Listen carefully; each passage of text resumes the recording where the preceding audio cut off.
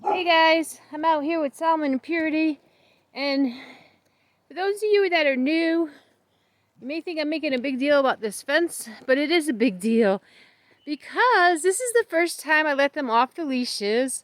I got all my gate latches done. I got logs going around the edges.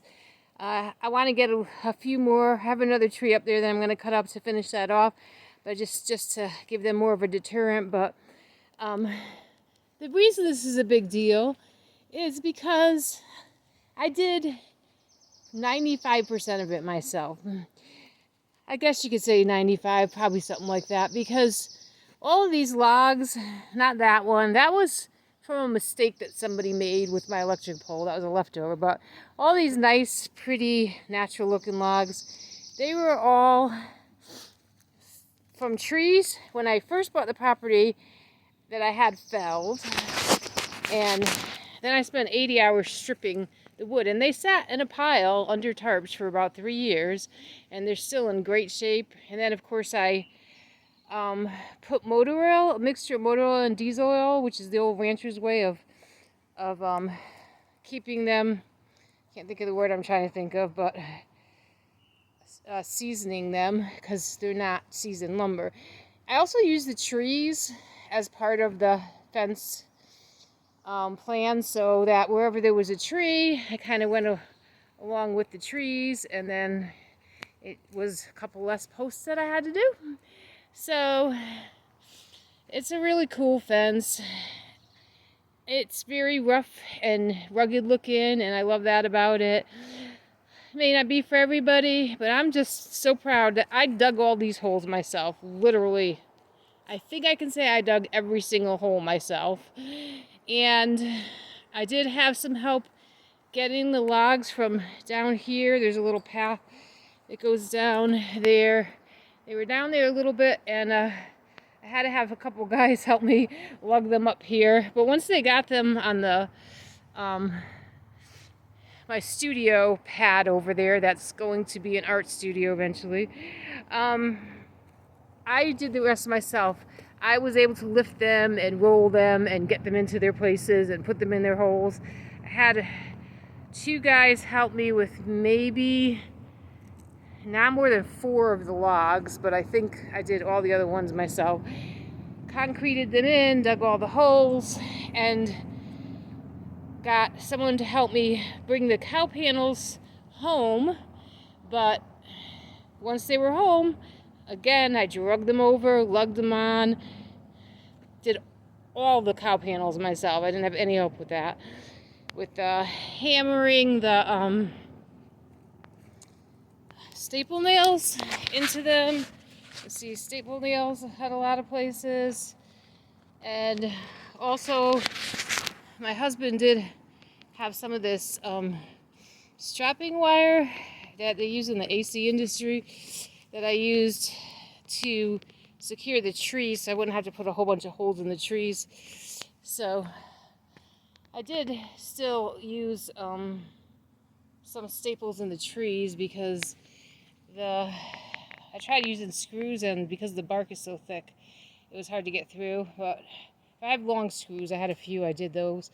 But the nice thing about the bark is that the staples sometimes are hard to get started, but the bark was a nice soft cushion to get them right in, and then you can bang them in nice and solid. So I had this stump right here that's too short to be. It was too short to be a post, but this plant, I don't know what it is, but like it's something about the sun. Like certain times of the day, it seems like it goes to sleep. Like half asleep now. But anyway, yeah, I just loved this little stump, and it was only 6 feet tall. So with 6 feet and then having to put some in the ground, it was just too short to do and use for a post. So I used it as a little plant hanger there, and just really cute at the entrance. So even with this big gate is for really just if I have to get a tractor in here to drain the septic or do something with the septic, because that's what's all under here is septic. But otherwise it won't really be used. This little gate is my just walking gate. Once I get settled up in the house, I probably won't be walking through this entrance as much. And I just use little some little eyelet hooks on that. And once I get up in the house, I'll be using the other gate more frequently. You know, this full gate here, which also has the eyelet hooks on it, and one at the top and one at the bottom, so that if the dogs happen to see something and go running towards it, they're not gonna get anywhere. So this is their first time walking around free. They're doing great. Of course, Solomon had to go around and do his thing to show his dominance around here and let them know it's his land, but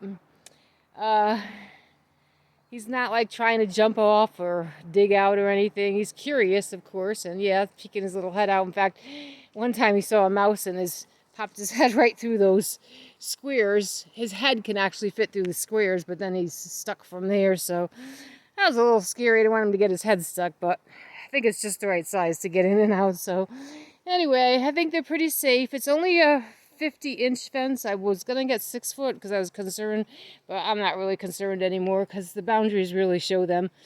And then with the poles being higher than the fence, I'm also going to get string lights, solar string lights to go all around this. So it'll have like kind of a party-like atmosphere. And also when I come home at night, it'll just light up the yard, so I'll feel a little safer. I also need to get some spotlights up on the shed. Yeah, I have these little tiki torches up there near the RV that are really pretty at night and have a little light, but not much. So, yeah, we got to get some more spotlights going. But anyway, happy to see my doggies. Salmon, come here, come here, run around, come on, let's run. Woo! Yeah, I saw them starting to run more than usual. A lot of times they just sit out here and watch Solomon, Mr. Protector, and Purity just likes to lay in the dirt and relax. But anyway, we can have some fun out here now, right guys? All right guys, have a great day. See you next time.